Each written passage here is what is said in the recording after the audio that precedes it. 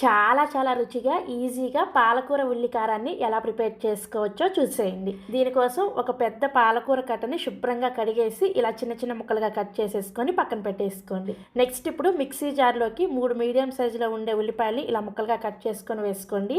15 నుంచి 20 వరకు పొట్టు తీసేసిన వెల్లుల్లి రెబ్బలు, 1 టేబుల్ స్పూన్ కారం, రుచికి సరిపడా ఉప్పును కూడా వేసేసుకొని కొంచెం కచ్చా పచ్చాగా గ్రైండ్ చేసుకోండి. ఇలా గ్రైండ్ చేసుకున్న ఉల్లికారాన్ని రెడీగా పక్కన పెట్టేసుకోండి. నెక్స్ట్ ఇప్పుడు కడాయిలోకి 4 టేబుల్ స్పూన్ల నూనె వేసుకొని వేడి చేసుకోండి.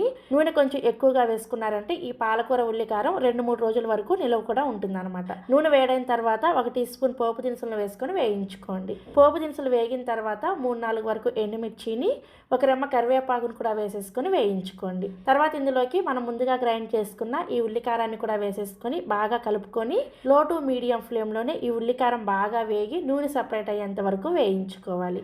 ఉల్లికారంలో నుంచి నూనె ఇలా సపరేట్ అయిన తర్వాత మనం కట్ చేసుకున్న ఈ పాలకూర ఆకును వేసుకొని ఒకసారి బాగా కలిపేసుకొని మూత పెట్టేసి 5-6 నిమిషాల పాటు లో ఫ్లేమ్లోనే ఉడికించుకోవాలి. మధ్య మధ్యలో మూత తీసి కలుపుకుంటూ ఉడికించుకోవాలి, లేదంటే పాలకూర అడుగంటుతుంది అనమాట.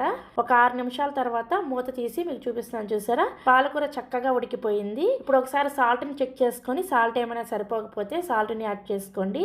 అదేవిధంగా మీకు కారం ఏమైనా తగ్గినట్లుగా అనిపిస్తే కారాన్ని కూడా యాడ్ చేసుకోవచ్చు. తర్వాత ఇందులోకి 1/2 టీ స్పూన్ దాకా పసుపుని, 1 టీ స్పూన్ దాకా ధనియాల పొడిని, 1/2 టీ స్పూన్ దాకా జీలకర్ర పొడిని కూడా వేసేసుకొని బాగా కలిపేసుకొని మూత పెట్టేసి 1 నిమిషం పాటు లో ఫ్లేమ్లోనే ఉడికించుకోండి. 1 నిమిషం తర్వాత మూత తీసి చూసారంటే గుమగుమలాడుతూ పాలకూర ఉల్లికారం రెడీ అయిపోయింది. చాలా చాలా రుచిగా ఉంటుంది.